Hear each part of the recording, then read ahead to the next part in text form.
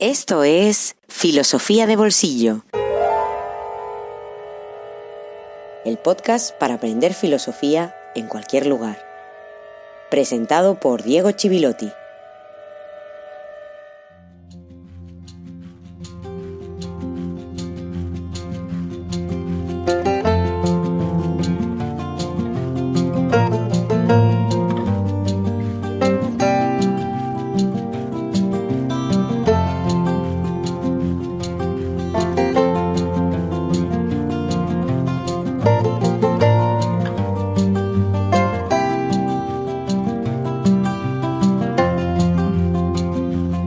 Buenos días, buenas tardes, buenas noches y feliz jueves filosófico número 74.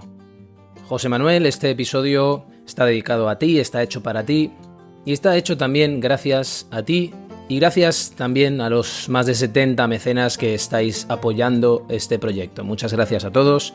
Gracias a ti que te sientas o caminas escuchando otro episodio más de Filosofía de Bolsillo, que empezaste dejándote llevar por Platón y sus diálogos, después con Aristóteles, Descartes, Hume, el largo camino por la filosofía política moderna, y en esta tercera temporada ya nos sigues acompañando. Gracias a todos.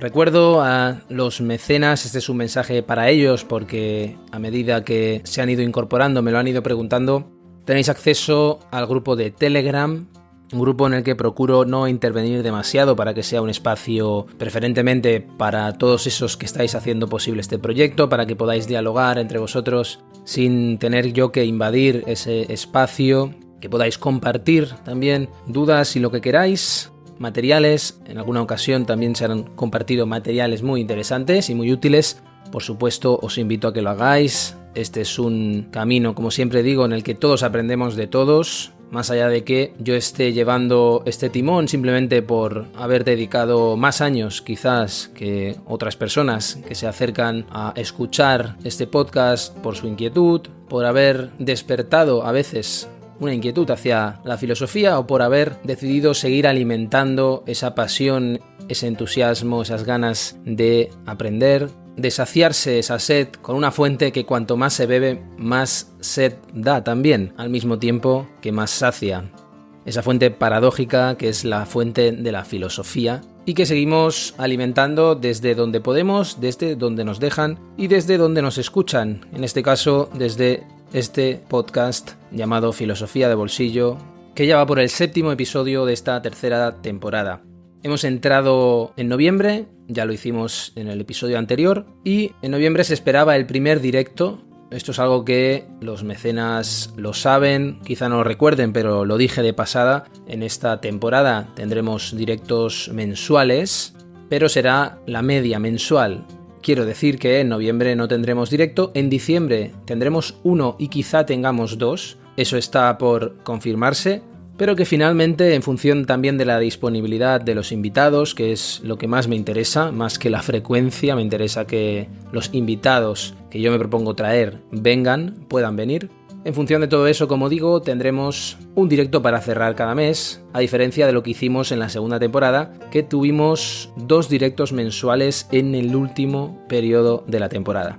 Para repartirlos más, lo haremos así, pero todavía nos queda mucho trabajo con Kant en noviembre, así que, como siempre digo también, vamos a ponernos ya manos a la obra.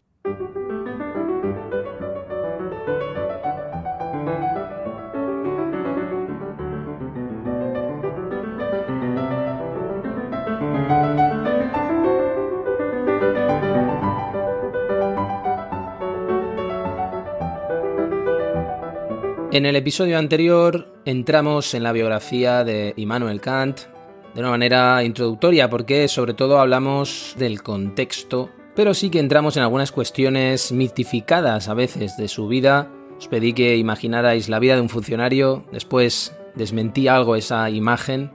En cualquier caso, entramos ya en la figura de un intelectual prusiano del siglo XVIII, en un momento de cambios, en un momento de reformas en Prusia. Hablamos de Federico Guillermo I, de Federico el Grande un poco también, de esa referencia de Christian Wolff, el gran racionalista que va a influir en Kant. y de algunas cuestiones ya relacionadas con la formación de Kant y el ambiente en el que se desarrolló esa formación. Por último, terminamos explicando que Kant era alguien que iba por libre, alguien con mucha personalidad, la suficiente como para forjarse su propio camino, desarrollarse al margen de lo que se esperaba de él, y en líneas generales un ilustrado consecuente con ese pensamiento de la Ilustración. Ese primer texto, ese primer ensayo del cual leímos un fragmento, Pensamientos sobre la verdadera estimación de las fuerzas vivas, nos demostró cómo Kant estaba dispuesto a discutir a los grandes referentes sin ningún problema. Los primeros textos de Kant, como ese, ya lo sitúan entre los que desvinculan la filosofía de la teología y los que analizan la naturaleza sin la necesidad de introducir a Dios. Concretamente, ese primer ensayo que leímos lo escribió en un momento importante en la vida no solo intelectual de Kant, también en la vida personal, si es que se pueden separar esas dos esferas. Pero vamos a separarlas de una forma artificial, es decir, haciendo análisis y separando cosas que en el fondo están unidas, pero que a veces para pensarlas necesitamos diseccionarlas, es decir, estudiarlas como forma muerta. Es en 1746 cuando muere su padre. Su madre, recuerda, había muerto en 1738, había muerto antes. Y es entonces cuando Kant, como te puedes imaginar, tiene que asumir responsabilidades en casa, y lo de estudiar, cuando uno tiene que asumir responsabilidades, se complica. Seguramente has vivido o has visto a alguien que haya vivido esa situación. Acaba la universidad y comienza a hacer algo que muchos que hemos estudiado filosofía hacemos, que es dar clases particulares. Incluso he intentado borrar un perfil que yo tenía de clases particulares y no lo he logrado. Ahí queda. Me dijo hace poco alguien de la familia, tienes que borrar esto porque no da una buena imagen.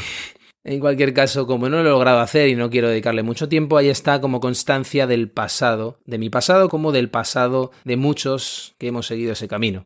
En el caso de Kant lo hizo en casa de buena familia, en casa de nobles incluso.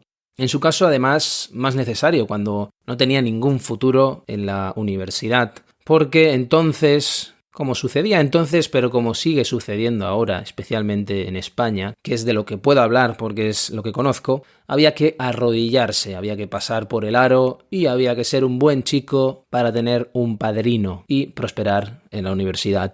Ahora además hay que ser un burócrata, pero eso es otra cuestión.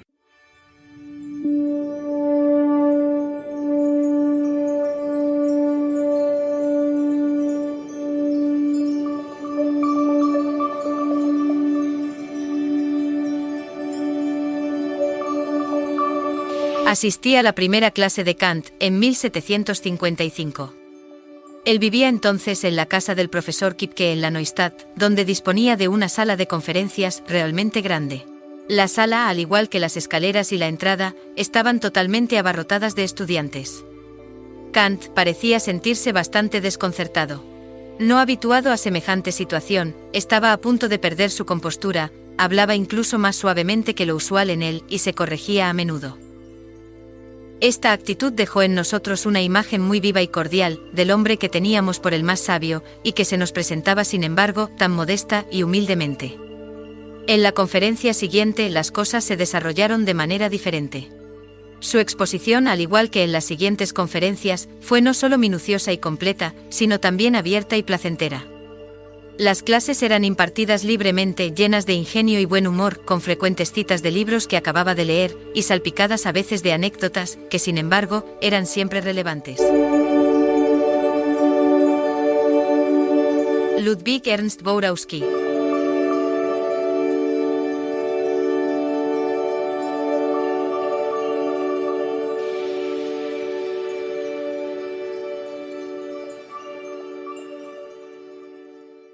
En ese contexto, Kant vivía en círculos ilustrados, círculos muy abiertos de ideas, en un rincón tranquilo, a diferencia de lo que vivía el resto de Prusia, que era la Guerra de los 7 años, que va del 1756 al 63, donde se enfrentaron a Austria. Y en medio de ese caos de conflictos en Europa, Königsberg cayó en manos de los rusos en 1758, Pero no fue algo muy traumático, sino que incluso se vieron bastante beneficiados en cuanto a negocios y en cuanto a relajación de códigos sociales a esa llegada de los rusos. También Kant, especialmente a partir de 1755, Kant estaba dando clases como un loco para poder comer, y daba clases de todo, incluyendo física y matemáticas. Eso fue cambiando, porque fue haciéndose más conocido, pero siempre en una situación poco cómoda o incierta, porque dependía de las clases particulares. En un ámbito universitario las hacía, pero sin disfrutar de plaza, esa plaza que se le negó varias veces. Uno de esos alumnos, a partir de 1762, un joven de 18 años, era un tal Johann Gottfried von Herder. Este nos suena seguramente. Y lo que él destacaba al recordar sus tiempos estudiando con Kant es que era un filósofo que no tenía intención de crear escuela, sino que empujaba a dudar, a pensar y a hacerlo por uno mismo, sin servidumbres, porque era un gran ejemplo de independencia y libertad. Más interesado estaba Kant en la parte escéptica que en la parte dogmática de la filosofía. Y en todos esos años no deja de escribir textos y artículos, donde en muchas ocasiones discutía a los racionalistas y, por ejemplo, sus argumentos a favor de la existencia de Dios. Todo esto lo comienza a hacer cada vez más conocido, no solo en Königsberg, sino también en Prusia. Después de lo que llaman el periodo precrítico y después de que Hume le despertara de ese sueño dogmático del que hemos hablado, que es exagerado porque simplemente fue una influencia importante, pero no un cambio radical, 1770 es un punto de inflexión en su desarrollo intelectual, es cuando empieza a encontrar un camino que va a desembocar en la década prodigiosa de los años 80, donde publica el grueso de su obra, pero después de una década de silencio, cuando le decía a la gente que estaba a punto de acabar algo que estaba escribiendo y no era verdad. Es también el año de inicio de sus clases, por fin, en la Universidad de Königsberg, donde enseña lógica y metafísica. Un momento muy apasionante, porque es cuando Kant va construyendo su concepto de razón pura, razón cognoscitiva y el papel que tienen las sensaciones y la razón en el conocimiento humano. Es un momento también muy dedicado a la docencia, en la que se iba haciendo cada vez más oscuro por testimonios de sufridos alumnos que tenemos de la época, y que pudo limitar lo suficiente para ir cocinando lo que serían sus grandes obras, aunque la universidad iba asumiendo cargos que le iban cayendo sin muchas ganas y por obligación. Primero como decano de la Facultad de Filosofía y después como miembro del Senado, un órgano que era supervisor de la vida académica en la universidad.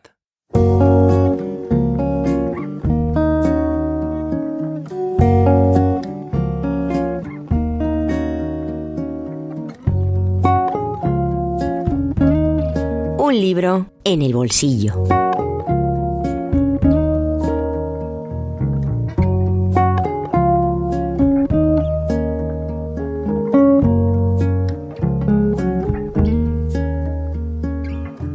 La reivindicación de no saber. Así comenzaba este podcast, hablando de la genuina actitud socrática y de los diálogos de Platón. Me refiero a así comenzó Filosofía de Bolsillo en 2019. Con este libro volvemos al principio, porque David Casacuberta, brillante filósofo y pensador muy atento a las realidades actuales de nuestra sociedad, hace esa misma reivindicación desde un lugar diferente, pero recuperando la genuina actitud filosófica que debe dudar y retirar todas esas certitudes en las que tanto nos gusta descansar. El punto de partida es el siguiente. El propio título, La era de Casandra, una apología del no saber, asociado a Casandra, un personaje mitológico que hacía profecías mientras sus conciudadanos no creían en ellas, se autodestruye si lo analizamos con calma, si lo analizamos utilizando el pensamiento crítico. Y el autor lo coloca en la portada haciendo un uso irónico de la expresión. Casacuberta sostiene que existe en la actualidad una tendencia a simplificar y reducir la complejidad de la realidad a un solo principio, ya sea desde el optimismo exagerado o desde la mirada apocalíptica. Se suele reducir todo a la era de X, a la era de Y, que en definitiva no existe, Cassandra es, en definitiva, esa tentación de la que nadie está a salvo, debido a nuestra propia condición humana, tan sedienta de explicaciones y soluciones sencillas. El texto se organiza en 6 capítulos, pero se podría dividir en 3 partes. Los primeros 3 capítulos analizan las bases teóricas del efecto casándrico, con sus implicaciones éticas, sociológicas, epistemológicas, un interludio dedicado al net art, un arte pensado por y para Internet, como un ejemplo, un caso en el que se aplica esa actitud casándrica, y 2 capítulos sobre el impacto social de las tecnologías digitales, con un capítulo final que termina recogiendo todo. En este capítulo final se lleva a cabo una reivindicación de la actitud de no saber, no como apología de la ignorancia o la irracionalidad, sino precisamente para poder observar el mundo desde una nueva perspectiva, por incómoda que resulte, que es la de no saber como epistemología, no descansar en el hábito, la obviedad, el lenguaje, y hacerlo desde esa actitud que finalmente es la base de todo acercamiento filosófico serio, ya sea en nuestra tradición o en otras como el pensamiento oriental, al que también acude Casacuberta. Un capítulo que finaliza con una conclusión inspirada en el Tractatus de Ludwig Wittgenstein, copiando el inicio de hecho del Tractatus, el mundo es todo lo que acaece, y culminando finalmente tras ofrecer la fórmula de un efecto Cassandra en el siguiente punto: el no saber es mucho más íntimo que el saber. Diría que son el 4º y 5º capítulos el corazón del ensayo, quizá los capítulos más inspirados, desde mi opinión. Las tecnologías digitales son el campo al que el autor aplica su planteamiento, por su relevancia, pero también porque el impacto de las tecnologías de la información y la comunicación son su propio campo de estudio desde hace años. En esos capítulos revisa conceptos como nuevas tecnologías, muestra que las tecnologías no tienen una esencia o una naturaleza última, explica por qué Internet no existe como tal y señala los peligros del solucionismo, es decir, la creencia de que cualquier problema humano tiene una solución puramente tecnológica. Desde el funcionamiento de los algoritmos de aprendizaje automático, que se conoce como Machine Learning, y en general desde la inteligencia artificial. Interesantísimo. Con su ensayo Creación Colectiva, año 2003, alguien me dijo con razón que Casacuberta era un rey Midas de la filosofía que convertía en oro todo lo que tocaba.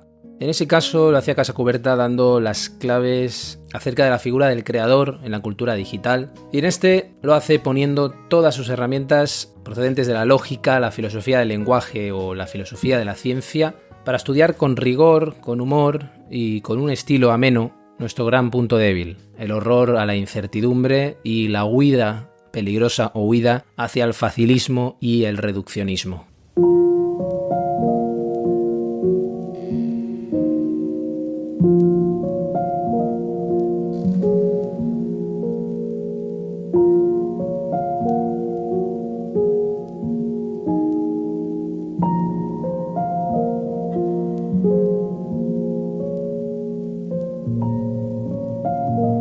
No vivimos en ninguna era, ni siquiera en la era de Cassandra.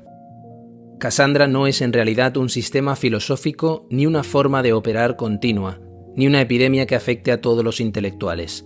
Es más bien una tentación que todos podemos tener en algún momento, pues buscamos epatar, convencer desde el miedo, la indignación y la hipérbole. Y lo hacemos sobre todo explotando una tendencia humana básica: nuestra repulsión prácticamente innata por la incertidumbre, nuestra obsesión por saber. El efecto Cassandra es la radicalización de una actitud humana básica, intentar simplificar la realidad a partir de un principio básico, buscar de forma activa todos aquellos datos que apoyen esa simplificación y ningunear toda evidencia que apunte a una dirección contraria. En lugar de glorificar esos ejercicios como la forma correcta de entender el mundo y hablar así de el filósofo que verdaderamente piensa o el neurólogo que realmente sabe cómo funciona nuestra mente, deberíamos ser muy críticos con este tipo de simplificaciones y entender que la realidad es mucho más compleja de lo que imaginamos, y practicar de forma sistemática una actitud de duda y no saber, que es la verdadera actitud filosófica. David Casacuberta, La era de Cassandra, una apología del no saber. Ediciones de la Universidad Autónoma de Barcelona.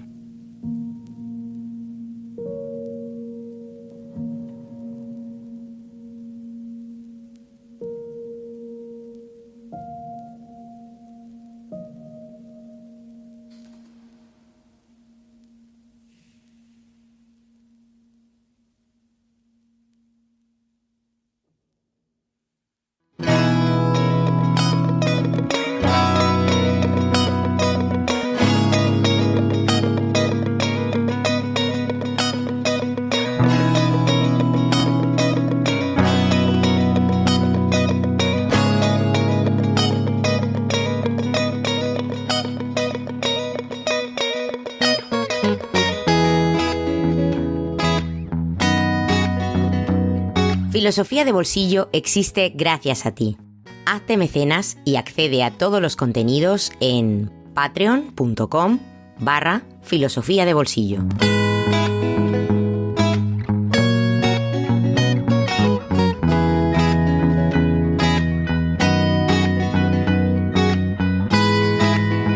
Con la resonancia de este efecto de Cassandra, esta no era de Cassandra, y este episodio que continúa ahondando en la vida y en la formación, en la genealogía de la obra de Kant, terminamos este jueves filosófico número 74 dedicado a José Manuel. Muchas gracias, José Manuel, gracias a los que estáis apoyando este proyecto y a todos los que me hacéis llegar esos mensajes de ánimo, esos mensajes tan amables. No siempre puedo responder todos, y precisamente esa fue una de las razones por las que decidí abrir ese Patreon de Filosofía de Bolsillo.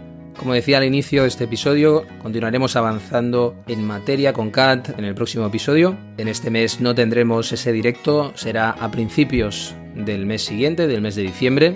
Así que os invito a seguir leyendo y releyendo esos fragmentos que voy recomendando de Kant y también sobre Kant para poder ir armándose de cara a ese ascenso que va a tener lugar en las próximas semanas cuando ya vayamos entrando en las críticas y en los textos de Kant y en ese gran sistema filosófico que es uno de los últimos grandes sistemas filosóficos del pensamiento occidental.